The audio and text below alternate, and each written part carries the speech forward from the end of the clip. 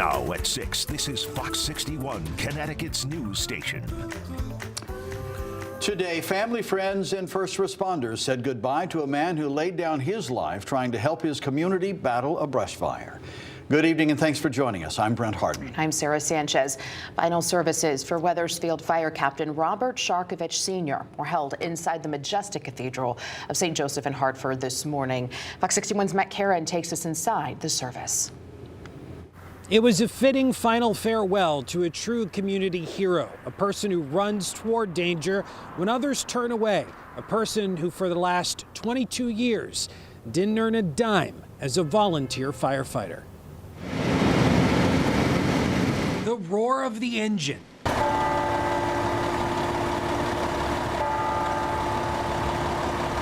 the toll of the bell,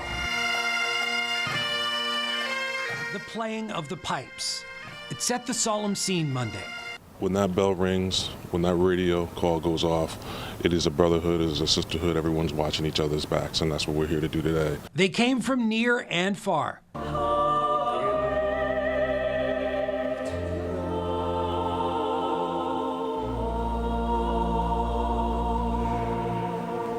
The cold granite walls of Hartford's Cathedral of St. Joseph.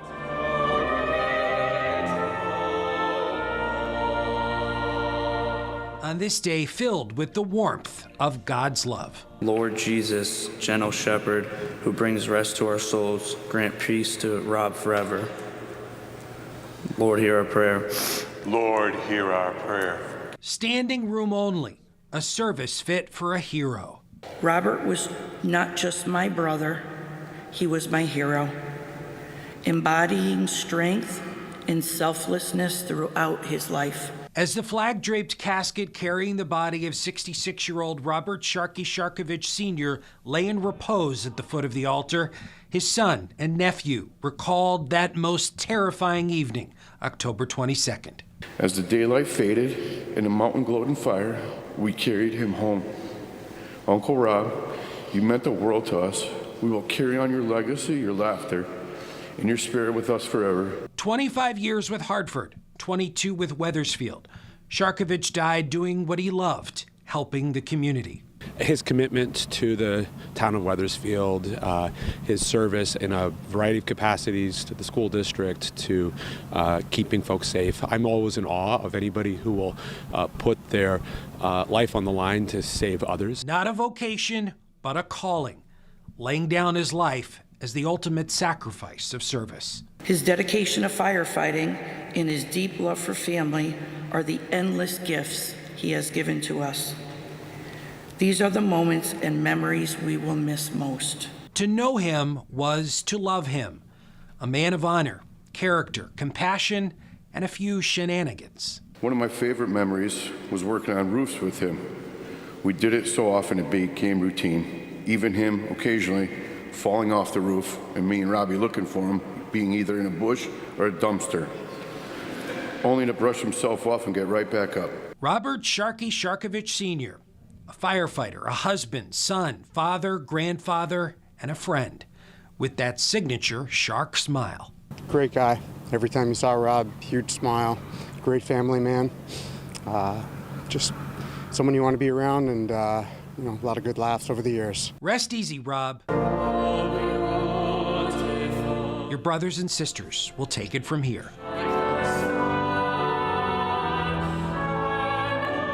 Sharkovich leaves a lasting legacy. His son and nephew are also firefighters. If you'd like to pay your respects to the Sharkovich family in lieu of flowers, they are asking you to consider donating to the Tunnels to Towers Foundation. Reporting in Hartford, outside St. Joseph Cathedral, Matt Karen, Fox 61, Connecticut's news station.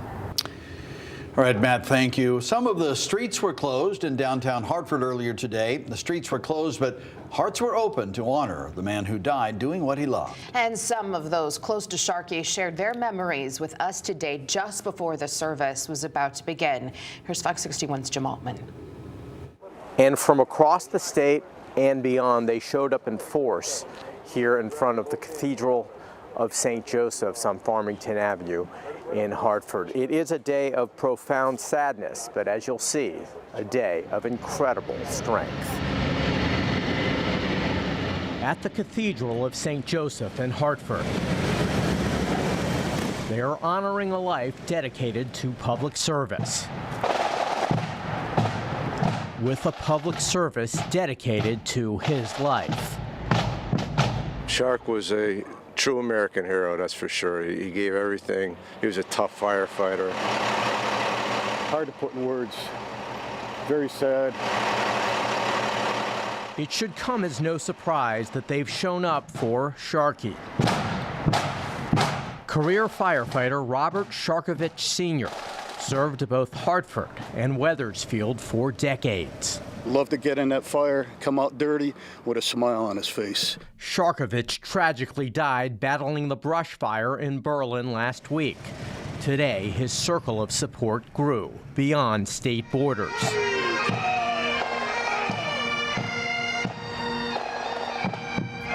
Longtime friend John Mudry spent 31 years serving Hartford, some of it riding alongside Sharky. Great fireman. He was a fireman's fireman. You know, people looked up to him, but he loved the job so much. And that's what a fireman's fireman is. You love the job with your heart and soul. It is a day to remember a father and a grandfather to a select few. A friend and a first responder to all. Every single town, every community beyond Connecticut is paying their respects for a fallen firefighter. And it's a testament that we really look up to these men and women. He was the epitome of what we want to be as firefighters. He gave his life, but before that, he gave his life of service. And if you have a friend or a relative that's on the job, make sure you hug and kiss them before they leave.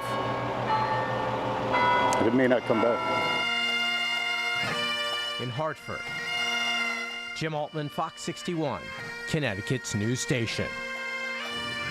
Jim, thank you. We'll have much more on the life of fallen firefighter Robert Sharkovich Sr. and the impact he had on his community. Coming up at 6:30, our Alexa Farrell spoke with people along the procession in Wethersfield about what today meant for them. All right, time for another look at the weather. Chief Meteorologist Rachel Frank joining us. Hi, Rachel. Hi. It looks like we actually have a chance for a shower in the forecast this week, which is surprising after a long, dry stretch of weather. I want to be careful not to oversell it. We are not looking at any big soaking rain in the forecast, but hey, we'll take what we can get, right? We also have to talk about some late week warmth. We are once again looking at temperatures soaring into the 70s to near 80 degrees, and this will come just in time for Halloween. Right now, temperatures are close to 50 degrees. We are looking at the potential for patchy frost out there tonight with clear skies and light winds.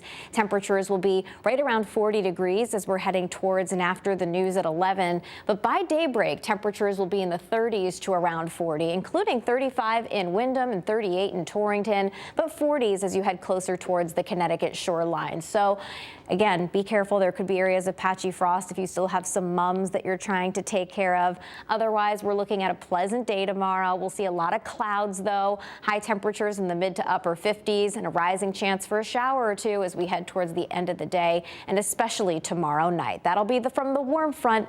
We'll talk about how high those temps get coming up. All right, Rachel, thank you. Crews battling the Hawthorne Fire are hoping for some much-needed rain to stop those flames. Yeah, we need it. State leaders gave us an update on the progress earlier today. Fox 61's Kayla Cade is live in Berlin with what's being done right now to keep the fire from spreading. Good evening, Kayla. Good evening, guys. Yeah, right now where I'm seeing, can't really see too much smoke here from this side of the mountain. And last week it was reported that 120 acres of land had been burned. And today I learned that that number has not changed. Now, firefighters fighting this Hawthorne fire has been receiving help from others in and outside our state. The National Guard has dropped 240,000 gallons of water.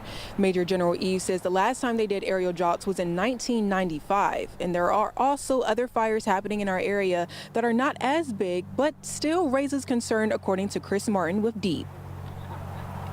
All the fires in Connecticut currently have the possibility of reignition. And that's why we are considering all fires, or rather no fires, to be contained or controlled. Rather, we're monitoring, we're patrolling, and then we're actively putting out fire. The reason this is happening is because of the dry weather, and Governor Ned Lamont says what we need is rain. But until then, DEEP has implemented a statewide ban burn on public lands that are administrated by them. Tonight, there is a press conference regarding the Hawthorne Fire. Now, we will keep you updated here at Fox 61. Live in Berlin, Kayla Cade, Fox 61's Connecticut's news station. All right, Kayla, thank you. On to the election now. And in the first week of early voting, more than 300,000 Connecticut residents have cast their ballots. Pretty impressive numbers. And this afternoon, the Secretary of the State gave us an update. Fox 61's political reporter Emma Wolfhorst was there. Joins us now in studio with more. Emma. Sarah, Brent, definitely an impressive number there. The Secretary of State says this is obviously the first general election with early voting, and she says it's going smoothly so far, despite concerns about the high turnout. She tells me towns are prepared. Voters are just happy to have a choice. In the first week of early voting for the general election, more than 313,000 Connecticut voters cast their ballots. Adding in 79,000 returned absentee ballots, that's about 17% of all registered voters. The tone out in the communities has been very upbeat. The top towns, West Hartford, Fairfield, and Stamford. None of these early voting ballots can be counted until Election Day, November 5th. This turnout leading to concerns from state legislative leaders about the sheer number of ballots election workers will be tasked with opening and counting. Friday afternoon, Senate Democratic leadership sent this letter to the Secretary of the State's office, writing, quote, local registrars of voters will be inundated with opening and counting early ballots on Election Day. They added, quote, we believe it is of the utmost importance your office be prepared to offer any and all assistance and guidance to local registrars in the quick and accurate tallying of early votes. We have been checking in regularly with every town, and most of them are in good shape. I understand lawmakers are concerned, but the great news is that election workers have actually been thinking about this for more than a year. Most towns have planned their count around the number of people who voted by absentee in 2020, and those numbers were very close to 700,000, so we have a good leeway there. Thomas says more than 2,800 residents volunteered or signed up to serve as poll workers in this election. We reached out personally to the top 20 towns in terms of turnout to see how they felt, and most felt like they were in really good shape. And another reminder here, if you've applied for and received an absentee ballot, you should really put that in the mail now, as registrars are saying it's been taking a while to get back to them through the Postal Service. You can also drop it off, though, your completed absentee ballot, in person by poll close on Election Day, November 5th. You can find the rest of the important election dates, deadlines, and details in our full voter guide on fox61.com. Sarah, Brent.